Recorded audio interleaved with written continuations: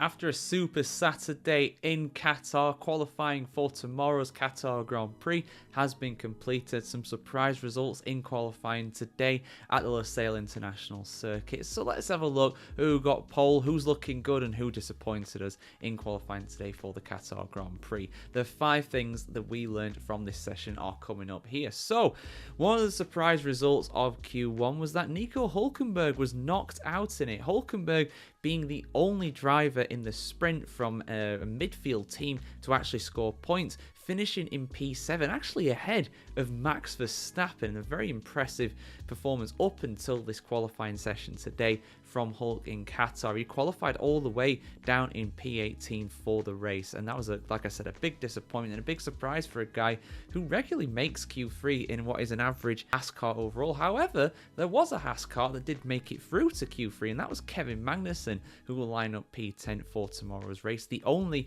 midfield runner, aside from Fernando Alonso, who I'm going to speak about very shortly, to actually make it through to Q3. So an excellent performance by the Great Dane. Hopefully he converts it to points tomorrow, because of course Haas are now ahead of Alpine in the Constructors' Championship. They're into 6th place, so they're in pole position, as it were, to be able to get that 6th place in the Constructors' Championship, which is going to be massive for the team if they manage to do that. But yeah, Alonso making it through to Q3 as well, really doing well around now.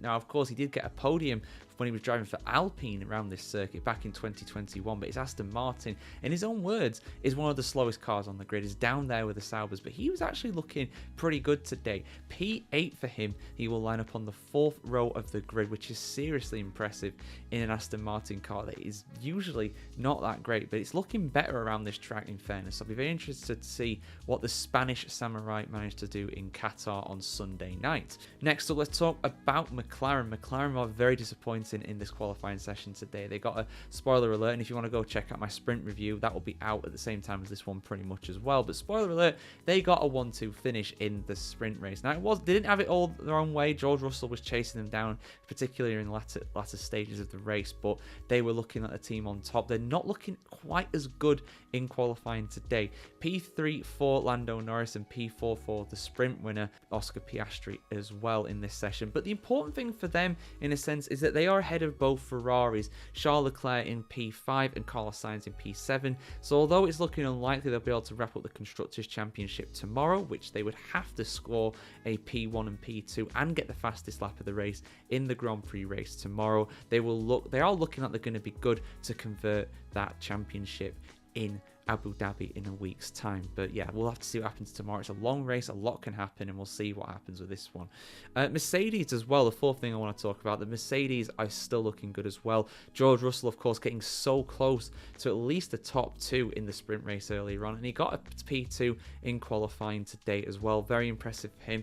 Lewis Hamilton looked a little better as well, up in P6. Not quite got the 1 lap pace in that car, unlike his teammate, and that's from the guy that's got the most pole positions out of anybody in the history of Formula 1 as well. So we'll see what they can do tomorrow. Mercedes looking good for a podium. But Red Bull, though, Red Bull a real surprise in a good way in this session today. Max Verstappen getting pole position, pipping George Russell in the latter stages of Q3 today. Very impressive. Sergio Perez was better as well. I mean, it's hard to be worse than what he was in sprint qualifying yesterday, getting out in Q1, but he actually made it through to Q3 this time around, gets in P9. Yes, he's behind Alonso. It's not amazing, but it's a lot better than it was, and he's looking good to get some points at least tomorrow for Red Bull, who still have a chance of getting the Constructors' Championship title, but I think it's looking very slim pickings at the moment. I think they basically have to get a 1-2 to have any hope of that, in my opinion, and even that would not be enough. And I cannot see Perez getting a 2nd place tomorrow, but I can see Max Verstappen winning it. He looked distinctly average in the sprint earlier on today, and I'm not blaming him for that. It's obviously the car was just not hooked up with a setup around that track. It just wasn't working right. He was down in P8. He was behind Nico Hülkenberg, like I said, just a single point for the guy who, relatively has dominated this championship this year in the drivers' standings. So he's very much looking on form. That very much fired him up, presumably looking at the results and the performance here. So can he see it through to get a win tomorrow? I'll be surprised. I'll be surprised if George Russell or one of the McLarens don't beat him tomorrow. But you never know. This is super max at the end of the day. So we'll see what happens with that. But yeah, those are the main highlights of qualifying for the Qatar Grand Prix. Who was your standout performer in qualifying today? For me, it's either got to be Max Verstappen for the surprise pole position, or Fernando Alonso getting all the way up in P8 in what is a terrible Aston Martin car. Like, share, comment, subscribe, and of course we'll be back tomorrow to review the Grand Prix race as well for Qatar. So yeah, see you soon guys, have a good one.